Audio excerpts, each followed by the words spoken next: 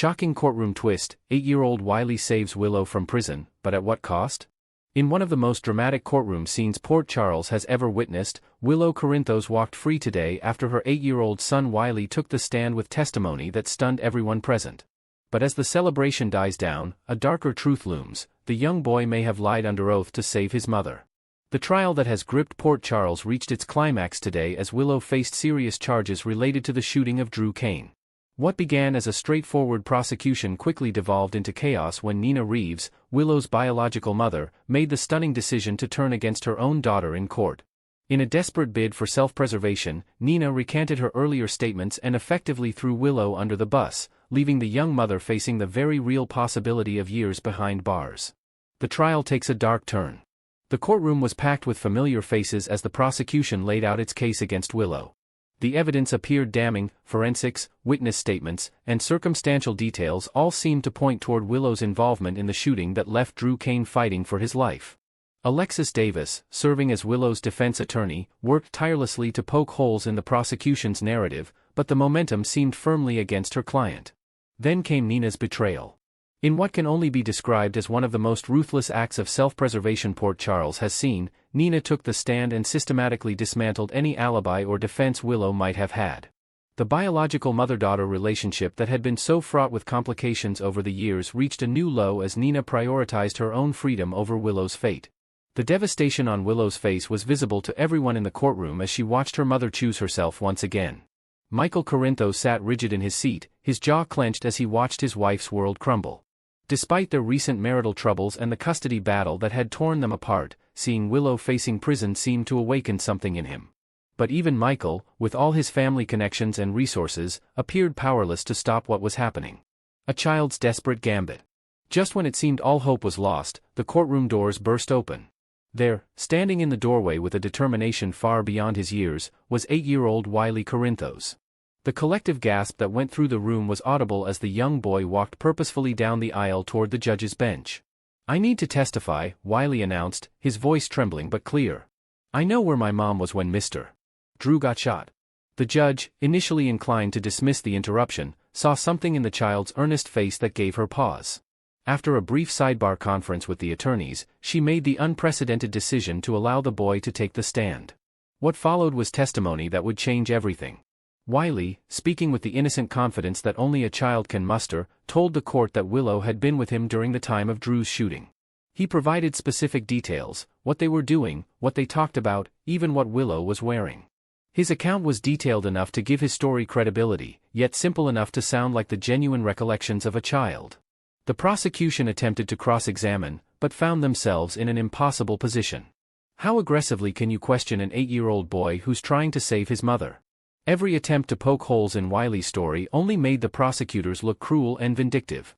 The jury, watching this young child defend his mother with such conviction, seemed visibly moved.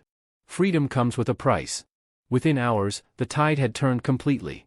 The defense moved for dismissal based on Wiley's alibi testimony, and faced with a sympathetic jury and the compelling words of a child, the prosecution had little choice but to concede. The judge, clearly uncomfortable with the entire situation but unable to find legal grounds to disregard the testimony, dismissed the charges against Willow. The courtroom erupted in mixed reactions. Willow collapsed in tears, reaching for her son who rushed into her arms. Michael embraced them both, his expression a complex mixture of relief and something else, perhaps suspicion, perhaps fear. Nina sat alone at the prosecution table, her face a mask of shock and perhaps regret at how badly her strategy had backfired. But as Willow was officially released and began the process of reclaiming her freedom, a troubling reality hung in the air like a dark cloud: Wiley had lied. The 8-year-old boy, whether coached or acting on his own desperate impulse to keep his family together, had committed perjury. Willow had not been with him when Drew was shot. The alibi was a fabrication, a child's desperate attempt to save his mother from prison. The aftermath of a child's lie. Now, as Port Charles processes this stunning turn of events, difficult questions loom. Did Willow know about Wiley's plan? Did Michael orchestrate this desperate gambit? Or did an 8-year-old boy, watching his world fall apart, simply take matters into his own hands in the only way he knew how? The legal implications are staggering. If the truth emerges, and in Port Charles, the truth always emerges eventually, Wiley could face consequences that no child should have to endure. More importantly, the psychological toll of carrying this lie could haunt him for years to come. Child psychologists warn that asking a child to lie under oath, or even allowing them to do so unchallenged, can cause lasting trauma and damage to their moral development. For Willow, freedom comes with a terrible burden. She is free, yes, but at what cost? If she was indeed guilty, she now owes her freedom to her son's perjury. If she was innocent, she must live with the knowledge that her 8-year-old child felt compelled to lie in court to save her. Either scenario is devastating. Michael faces his own reckoning. As a father, he must now guide Wiley through the aftermath of this decision while managing his own complicated feelings about Willow and their fractured family. As someone who has spent his life navigating the moral gray areas of the Corinthos family business, he understands better than most the weight of the choice his son just made. And Nina must confront the reality that her betrayal of Willow in court was ultimately futile. She saved herself but lost whatever fragile connection remained between them. More than that, she forced her grandson into a position where he felt lying in court was his only option. The ripples of her decision will likely haunt family gatherings for years to come. The real shooter remains free. Perhaps most troubling of all is the fact that if Willow is innocent, the real shooter remains at large. Drew Kane nearly died, and someone pulled that trigger. With Willow exonerated and the case effectively closed, justice for Drew remains elusive. The real perpetrator continues to walk free, emboldened by the fact that someone else nearly took the fall for their crime. Drew himself has remained notably silent on the verdict. Whether he believes Willow was truly innocent or suspects the truth about Wiley's testimony remains unclear. But the look on his face as Willow walked free suggested that he knows this story is far from over. A family forever changed. As the Corinthos family attempts to move forward from this ordeal, the foundation they stand on feels shakier than ever. Wiley, at just 8 years old, now carries a secret that could destroy lives if revealed. The innocence of childhood has been irrevocably compromised by the harsh realities of the adult world. Willow must now navigate freedom while looking into the eyes of the son who saved her through deception. Every moment of their relationship going forward will be colored by this act. Can she parent him effectively while owing him such a debt? Can she teach him right from wrong when his wrong saved her from prison? The trial may be over, but the real judgment is just beginning. Port Charles has seen many courtroom dramas, many shocking twists and unexpected testimonies. But the image of an 8-year-old boy lying under oath to save his mother will linger in the collective memory of this town for years to come. In the end, Willow is free. But freedom built on a child's lie is perhaps the most prison-like existence of all. As Port Charles moves on to its next crisis, the Corinthos family must grapple with a truth more complicated than any judge or jury could comprehend. Sometimes the price of freedom is far too high, especially when a child is the one who pays it. The question that now haunts everyone who witnessed Wiley's testimony is simple yet profound. When the truth eventually comes out, and it always does in Port Charles, will Willow's freedom survive? And more importantly, will Wiley's conscience? Next, we will learn about the brewing tensions surrounding Liesl Albrecht's fierce protectiveness over her son Nathan West's miraculous return, as whispers suggest she might go to extreme lengths to shield their reunion from prying investigations. In the shadowy undercurrents of Port Charles, Liesl Albrecht finds herself basking in a joy she once deemed utterly unattainable, her heart swelling with unbridled elation at Nathan's unexpected resurrection. The sight of her son, alive and breathing after what everyone believed was an irreversible tragedy orchestrated by the villainous Caesar Faison, has transformed Liesl into a woman reborn, her usual sharp edges softened by waves of maternal bliss. Recall the somber open casket funeral that left indelible scars on the town's collective memory, guests filing past the polished wood, murmuring condolences while grappling with the brutal finality of Faison's machinations, a scene that etched despair into Liesl's soul like an unhealing wound. Yet, defying all logic and the cold grip of death, Nathan has emerged from the abyss, his presence a beacon that illuminates Liesl's days with renewed purpose and a tentative hope for a future unmarred by past horrors. This improbable homecoming isn't just a plot twist, it's a lifeline for Liesl, who now navigates her world with a guarded optimism, cherishing every shared glance and whispered conversation as if they could vanish in an instant. Fans of General Hospital have long speculated on the mechanics of such resurrections, perhaps a hidden twin, a cryogenic stasis pod echoing Faison's twisted experiments, or even a doppelganger engineered in some forgotten WSB lab, but whatever the truth, Liesl's initial shock has evolved into a profound gratitude that anchors her amid the chaos. Unlike the tangled resentments that simmer between Liesl and her daughter Britt Westbourne, the bond with Nathan unfolds without the weight of accusation or blame, a rare purity in Albrecht's often stormy relationships. Britt, ever the enigmatic force in Port Charles society, carries the scars of deception from Nathan's supposed demise, her trust fractured by the years of absence and the elaborate ruse that kept him hidden. Liesl, however, views Nathan's amnesia not as a betrayal but as a merciful veil, sparing them both the torment of reliving the nightmare that tore him from her grasp. Imagine the quiet evenings they've shared so far, Liesl preparing hearty German dishes reminiscent of Nathan's childhood, the aroma of sauerkraut and schnitzel filling her home as they exchange stories of forgotten yesterdays, each moment building a fortress against the outside world's intrusions. This forgiveness stands in stark contrast to the frostiness with Britt, where old wounds from medical scandals and family secrets fester like untreated infections, yet Nathan's gentle influence hints at a possible thaw, urging Liesl to extend an olive branch before bitterness consumes them all. In this evolving dynamic, we see Liesl grappling with her dual roles as mother to two children on vastly different paths, her protective instincts flaring brighter for the son who mirrors her resilience without the complicating layers of rebellion that define Britt.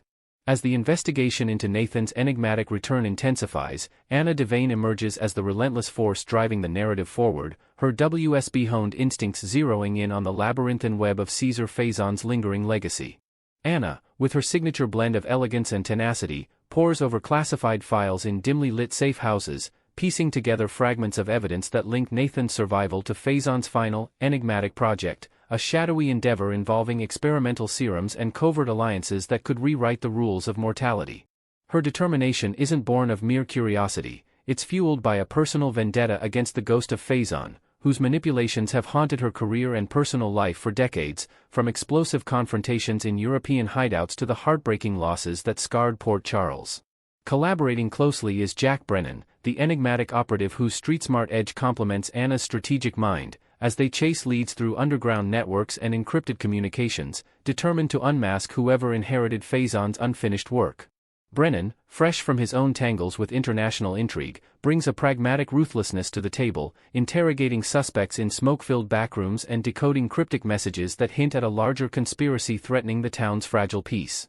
Together, their progress, uncovering a hidden lab in the Catskills or a trail of falsified death certificates, closes the noose around the truth, but it also amplifies Liesl's growing unease, as each revelation risks shattering the fragile idol she's rebuilt with Nathan. The specter of disruption looms large for Liesl, who envisions Anna and Brennan's relentless pursuit as a ticking bomb poised to detonate her hard-won happiness, forcing her to confront the agonizing choice between full disclosure and self-preservation. Picture Liesl in her cluttered study, surrounded by yellowed photos of Nathan from his police academy days, her mind racing through worst-case scenarios. What if the truth reveals Nathan as a pawn in a larger scheme, or worse, implicates him in Faison's atrocities, turning their reunion into a public spectacle of scandal and sorrow? This maternal ferocity isn't new for Albrecht. Her history is riddled with desperate acts to safeguard her family, from smuggling Britt out of danger in her youth to clashing with medical boards over ethical boundaries in her research. As the duo's inquiries encroach, perhaps a surprise visit to Liesl's doorstep with pointed questions about Nathan's whereabouts during his absence, her concern morphs into calculated resolve, weighing the value of their bond against the allure of buried secrets. In this heightened tension, General Hospital teases a deeper exploration of Liesl's psyche, revealing layers of vulnerability beneath her ironclad facade, where the fear of lost battles and unyielding love that could propel her toward unforeseen alliances or betrayals. Nathan himself plays a pivotal role in tempering Liesl's volatile emotions, his calm demeanor a soothing balm amid the storm of resurfacing grudges, particularly toward Britt. During a heartfelt family dinner at the Quartermain mansion, candles flickering against the opulent backdrop of crystal glassware, Nathan gently steers Liesl away from her simmering anger, reminding her that life's fleeting miracles demand focus on the present rather than the pains of yesterday. This guidance stems from his own fragmented memories, glimpses of isolation in a remote safe house where he pieced together a new identity, free from Port Charles's drama yet haunted by echoes of duty and danger. The impossibility of having both children back in her orbit strikes Liesl like a thunderbolt. Not long ago, Britt's own brush with mortality during a high-stakes nurses' ball subplot left Liesl adrift in grief, compounded by Nathan's funeral that felt like the final blow. With Nathan's encouragement, Liesl begins to envision a tentative reconciliation, perhaps starting with small gestures like co-authoring a medical paper with Britt or sharing a rare laugh over childhood anecdotes, fostering a family unit that defies the odds stacked against it. This softening promises richer character arcs, where Liesl's evolution from antagonist to ally highlights themes of redemption, showing how love can bridge even the widest chasms of misunderstanding. Beyond mending fences with Britt, Liesl's reconnection with Nathan deepens into a tapestry of shared experiences that fortify their resilience against external threats, from casual walks along the waterfront docks where they discuss his lost years to intimate confessions about fears unspoken. She's adapting swiftly to this new normal, incorporating Nathan into her daily rituals, joint visits to the hospital where he shadows her rounds, or evenings spent decoding old family recipes that evoke warmer memories, each interaction a thread weaving their lives back together. This irreplaceable presence has become Liesl's North Star, a joy so profound that she'd traverse moral gray areas to preserve it, hinting at her willingness to sidestep the full truth if it safeguards their peace.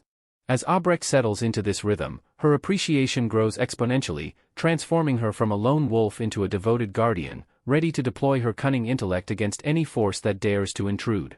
Should the momentum of Anna and Brennan's probe accelerate, perhaps yielding a crucial witness from Faison's inner circle or a digital trail leading to Nathan's hideout, Liesl's protective instincts could erupt into active interference, turning the investigation into a labyrinth of misdirections. Envision her subtly altering records in the hospital database, planting false leads that redirect scrutiny toward obsolete WSB red herrings, or even enlisting unlikely allies like a reformed Valentine Cassadine to muddy the waters further.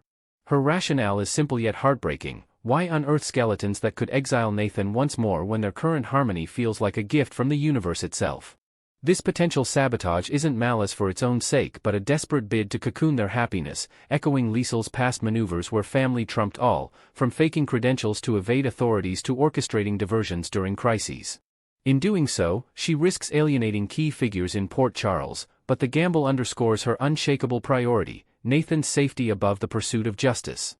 Opting for denial over confrontation, Liesl might dismiss any Faison-tinged alerts as mere paranoia, immersing herself instead in the tangible wonders of Nathan's revival, celebrating his first post-return holiday with festive gatherings or exploring new hobbies together, like sailing on the harbor to symbolize their journey forward.